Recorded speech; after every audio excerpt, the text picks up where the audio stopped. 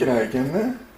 This is part 2 of my small Swiss system test.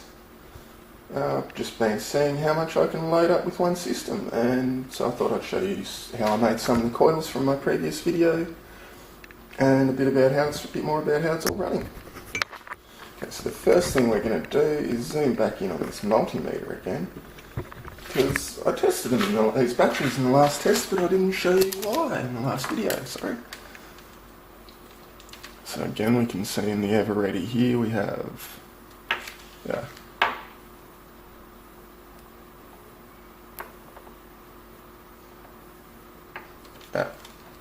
I'll just flatten it a bit. Helps if you've got it plugged in the right way. 1.162. And this one that we used in the last test, which is probably about 45 minutes ago now,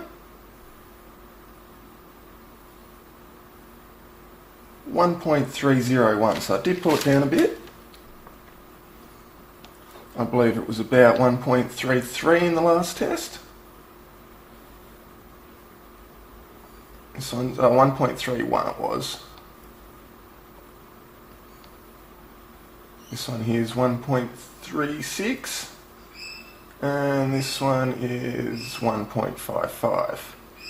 So I just want to show you that it won't actually light up on a fully charged battery. So I'll take this big Duracell here first. This one is 1.5. I'm knocking stuff over everywhere. And you see it flash, and that's it. And it'll flash again when I pull it up. Yeah, maybe. And the same goes for this one. Not even a flash. Hopefully I didn't blow up the transistor. Let's try the flatter one. Oh, and there we go. We have lights.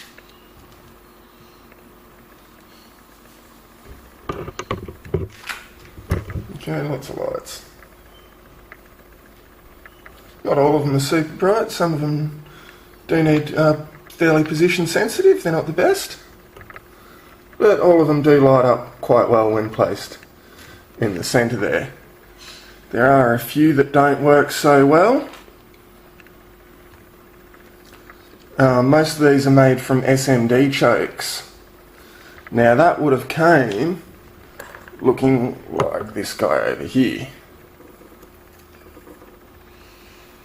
And that black housing around the outside is actually ferrite as well, and I had to break that off. And I've been collecting it into a cup like this one, which I can't find now, but I will be grinding that up and using it for magnetoscope viewing. I think it'll work better than iron filings to see the magnetic fields. I also have some really tiny little unmodified SMD chokes. So that has this little hexagonal ferrite housing around the outside of it. They don't work at all. But if I take one that has the housing broken off of it, I can get some dim light. I'm not sure if you can even see that in the video. There we go. Very dim if I put it right in the hot spot. And there's a fair bit of power available there. Like if I put one of these there, it really lights up.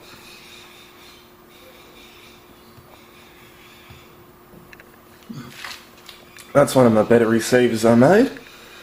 That's 0.4mm enamelled wire, wound lots of times. Sorry I didn't count the turns or the amount of layers. Around just a ferrite bead.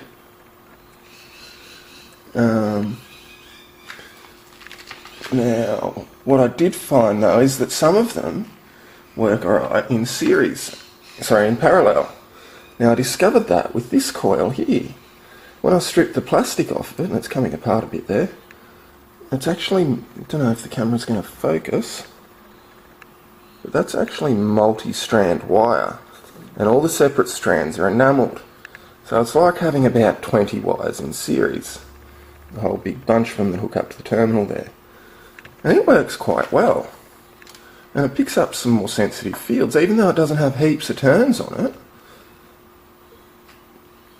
and they're all in series. It works because it's got lots in series. So I thought, well, what if I take two of those little SMD chokes and I solder them together in series?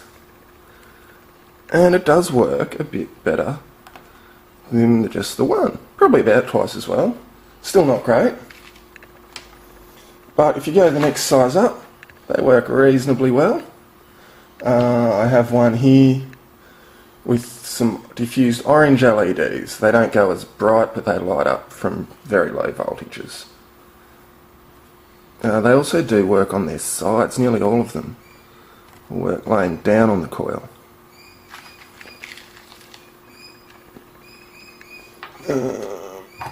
Got this one, which is a tuner out of a cathode ray tube. There's a little adjustable slug in there. I haven't played around with adjusting it yet. It lights up quite well.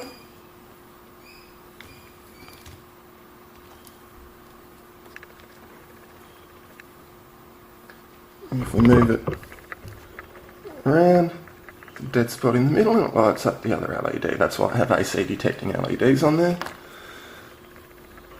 They don't actually run quite as well as if you just get the best way and don't have one going the other way, but it's a bit foolproof. You can turn it around and it'll still work.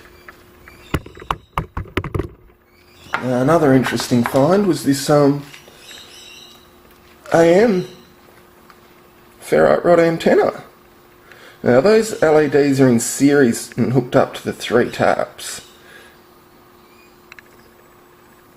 and it works as a field detector as well.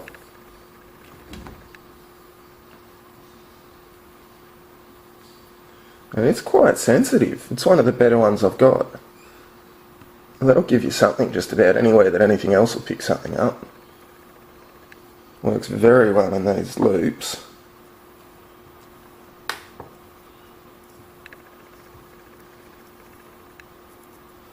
Doesn't work just outside the loops though. It's got to be inside a loop for some reason.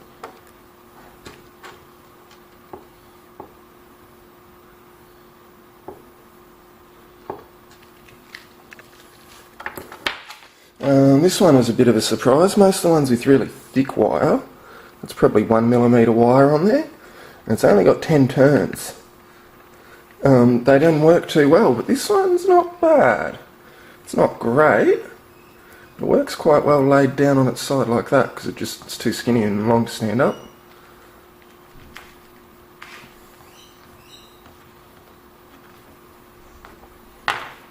And I thought I'd also try some coils of wire. Now this is where things start getting interesting. This is just a 25-gram roll of 0.3mm enamelled wire, and I don't think my camera's going to focus for you there. You might be able to read that. It's pretty small print. And I've just pulled up both ends. I've twisted the loose end off a bit so it doesn't all come unspooled on me. And it works quite well. Now this is a hand-wound, pretty rough spool that I've salvaged from a degaussing coil on a TV, and it also works very well.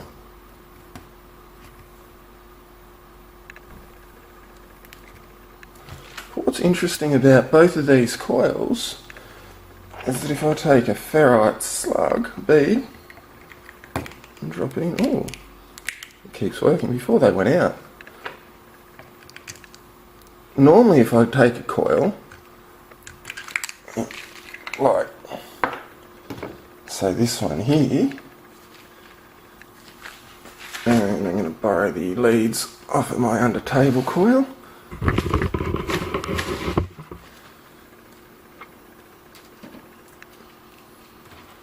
Just been running away the whole time, quite nicely. I'm very impressed with that.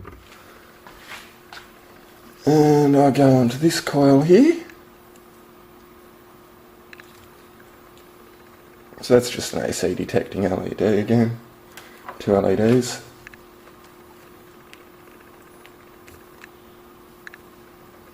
You can see we light, that's them there. A little bit when it's up stretched out, and it does go brighter when you push it right down, get it right over the centre.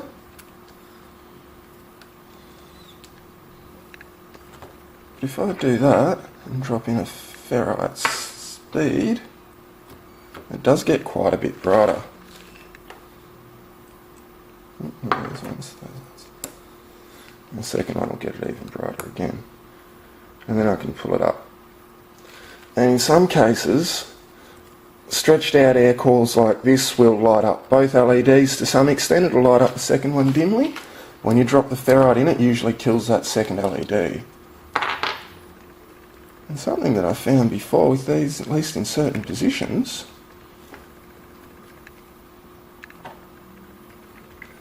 was that the ferrite, there we go, it dims it or kills it altogether.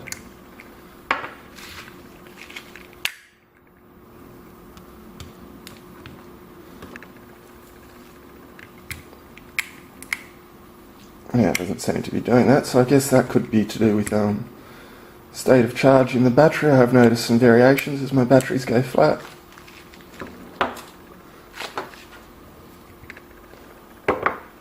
Now, this is an interesting little one.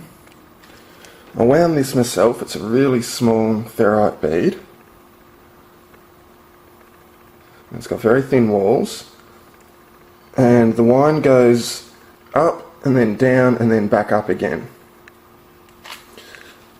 And I've got the LEDs hooked up to each end as an AC detector.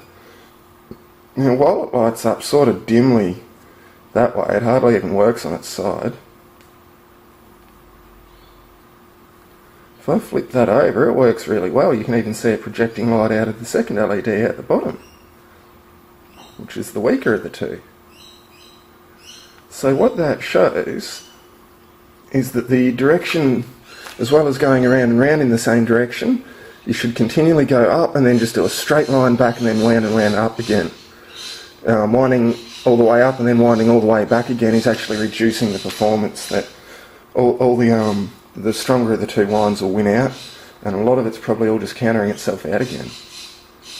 There may be a little bit of capacitance value in doing it that way. That's about all I can think of, but more testing is going to have to be done there.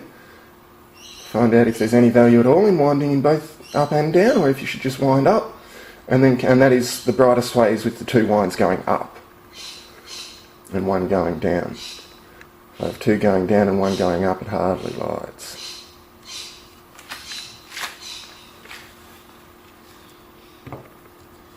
Now if we take one of those and we drop that's another smaller ferrite bead I wound. It's got quite a lot of turns on it.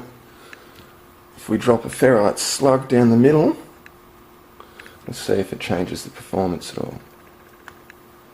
No, not really. But if we do it with this core here, again we can see some of the... This will be lighting up these two. I've got a connection. I'm not sure that I do there.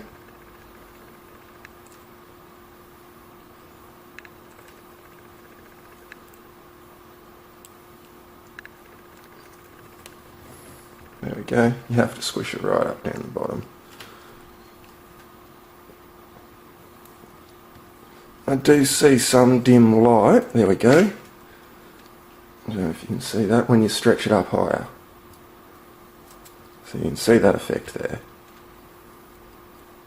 It starts to light up both, and then as you go right down, the dimmer of the two goes out completely, and you just get one bright one. Now if I carefully take this pen out of here,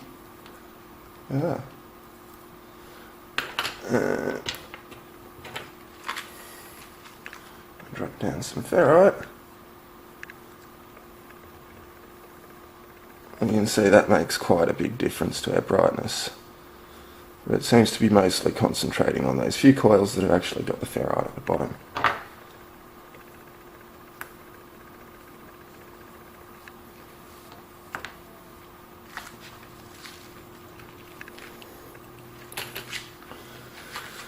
Some of these other cores was things like just a solid slug with a fat wire round wound, and I've gone in series with that and wound it right up with other wire, mostly 0.3 or 0.4 millimetre because that's what I had on hand. A couple of them have 0.2. Well, I have been impressed with the thickness on a few, and also some of these SMD ones that work reasonably well. They're not great, but for their size I think they're fairly impressive. They could be definitely be rewound. They actually, if you look closely, have 2 wires on each side going in the same direction, so they've got 2 wires in series, and it's probably 0.5 millimetre in some of them, so I reckon if you rewound them with more turns of a thinner wire and just a single winding rather than 2 in parallel, they would certainly go better. They don't work very well next to a single wire at all, which I would have thought was odd because they're all down low and flat in the area, but for some reason the little towers, even like this little tiny one here, which is an unmodified tiny little choke,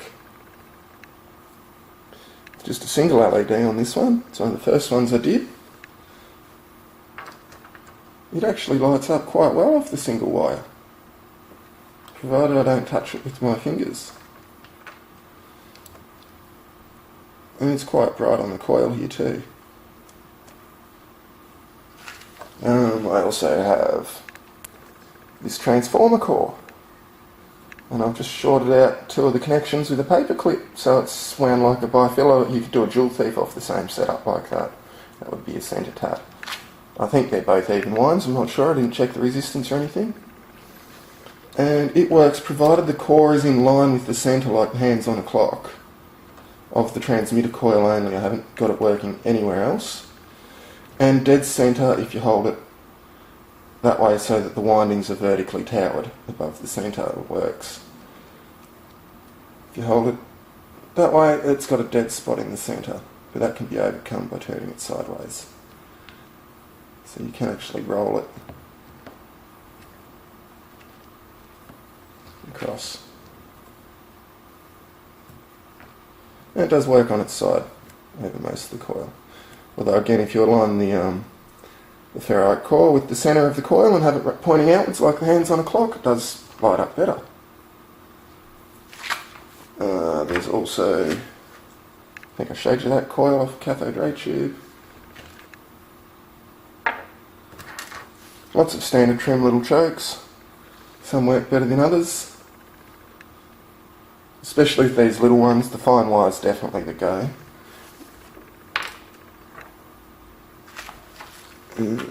So a lot of them I've actually taken off the existing thicker wire. Some of these only had 4 or 5 turns of very thick gauge wire on there. And I've put on finer wire and they perform quite well. Another thing worth noting is that sometimes when one won't light up on its own, if you place another receiver over the top, because of the resonance in between, it actually brightens things up and you'll often get a light where you didn't have before.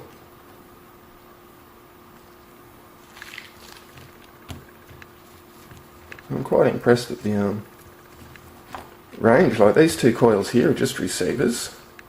This one's powering these 2 little LEDs here, and that one's those 2. And again, it doesn't really light up until you get everything just sitting in just the right spot. This big bottom coil, we've got about 15 volts peak to peak across the 2 terminals there. And I did show that in the scope in the last video. Somewhere here it is. Again, just a single clip lead, AC detecting LED pair. We can get light off the end tap. It does noticeably dim. This coil, really big coil, really seems to be resonating and driving the whole lot. As you can see, it's not connected. But when you take a load off of it, the voltage spikes drop right down and correspondingly dropping everything else. So I appear to be using this small coil under here to drive this larger coil, which is resonating with everything, including this coil down here under the bench. I reckon I could get more under there. I'm just running out of lights and stuff. If you've been wondering what I've been doing for the last few days, there's over 100 LEDs here, or over 50 receivers. I've been busy soldering and winding. And that does work on both terminals, I think I showed that. the other one, I do have a little motor here. It will run. Ooh, and this is going much better than before. Before, when I ran this motor, a lot of these lights just went out completely. Now I am running that motor.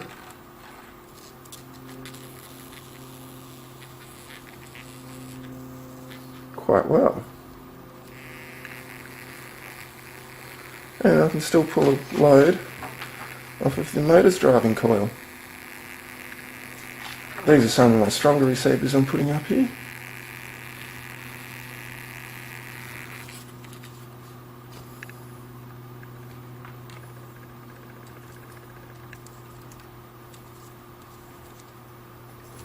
No, that's just asking a bit too much.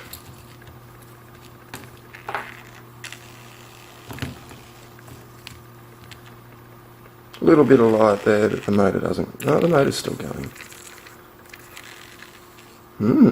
That's interesting. If you let the motor spin freely, it transmits a lot more energy to the second coil on top.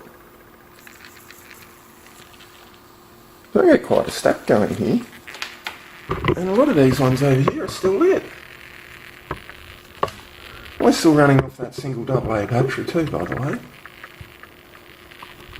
So there is certainly something going on. It takes a lot of power to drive that little these single battery systems. That's definitely the best I've ever seen. So I think there could be, I've only just recently moved it over to this bench for the video. There could certainly be some environmental factors to do with magnetic fields and radio waves and such around different objects and different areas, that it's making it work better over this side of the room. Maybe it's simply this extra coil underneath down here. It's resonating even further, especially now nothing's hooked up to it. It's just helping boost the whole system up that bit more. Something else I only just tried is this coil that some of you might be familiar with, which is the garden twist ties out of a penny coil, 2 of them in bifiller, with a jewel thief coil wrapped around the outside of it.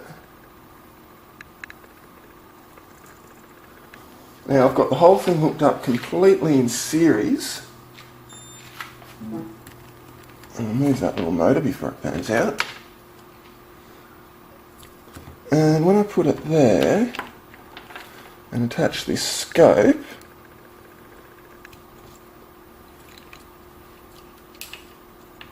now the blue line is my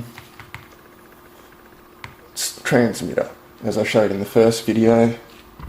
It'll help you if you could see. I might even zoom in for you.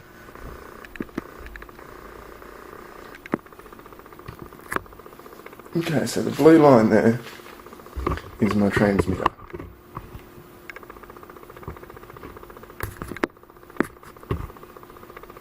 So I'm going to let you focus. No, I'll have to read the numbers out too, sorry about that. So it's on the probe is on the 10 times scale there, and I have a peak-to-peak voltage of about 75 volts, with 10 on the positive side, 18, 20, 19, 20, 16, and 55, 56 on the negative spike, which is the bigger of the two. Now there's also a really big yellow one, which is the other coil, which I just hooked up.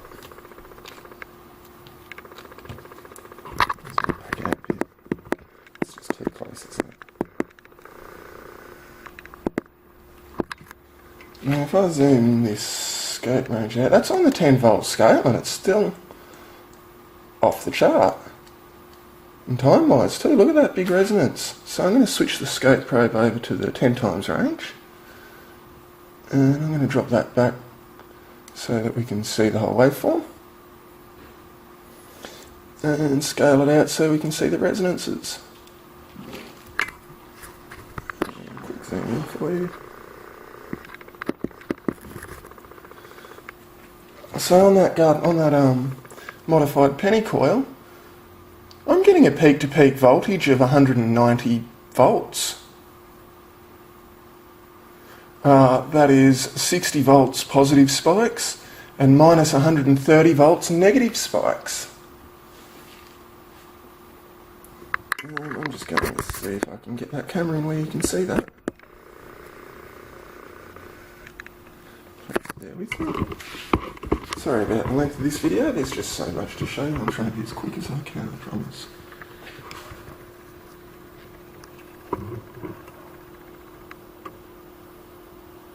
So there you go, you can see that I'm on the 5 volt range and that my max voltage is 6.6, which you can times by 10, so 66 volts. My minimum spike on the yellow is minus 13 times 10, minus 130, giving me a peak to peak of nearly 200 volts, 196 volts peak to peak. Is available from that coil there, that green one. If I set it directly over the transmitter.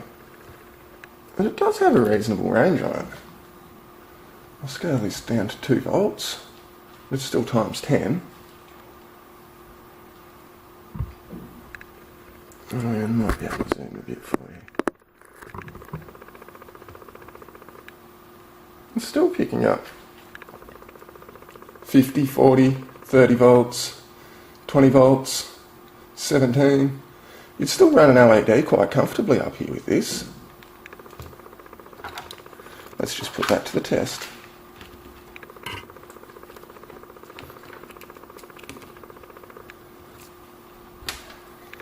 My little test lead with my AC detecting LEDs. And they do light up nicely.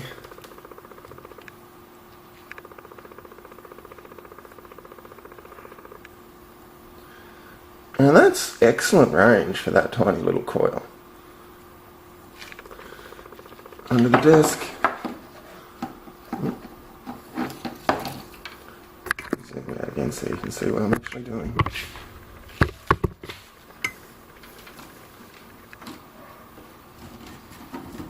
So it works under the desk.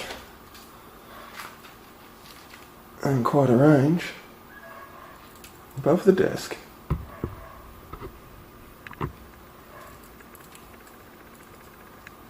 Untangled.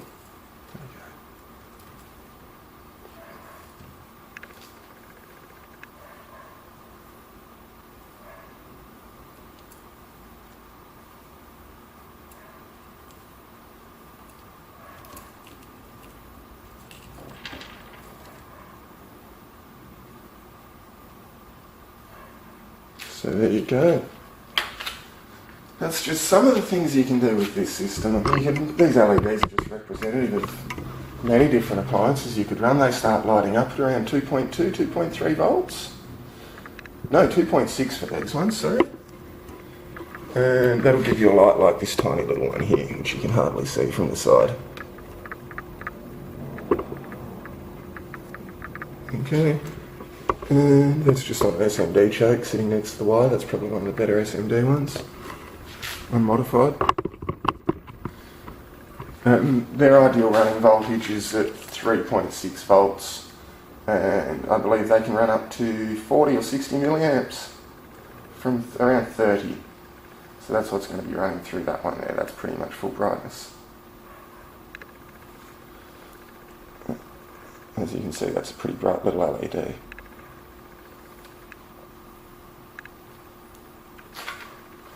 So, I don't know about you, but if you take into account all those 50 different receivers I had all running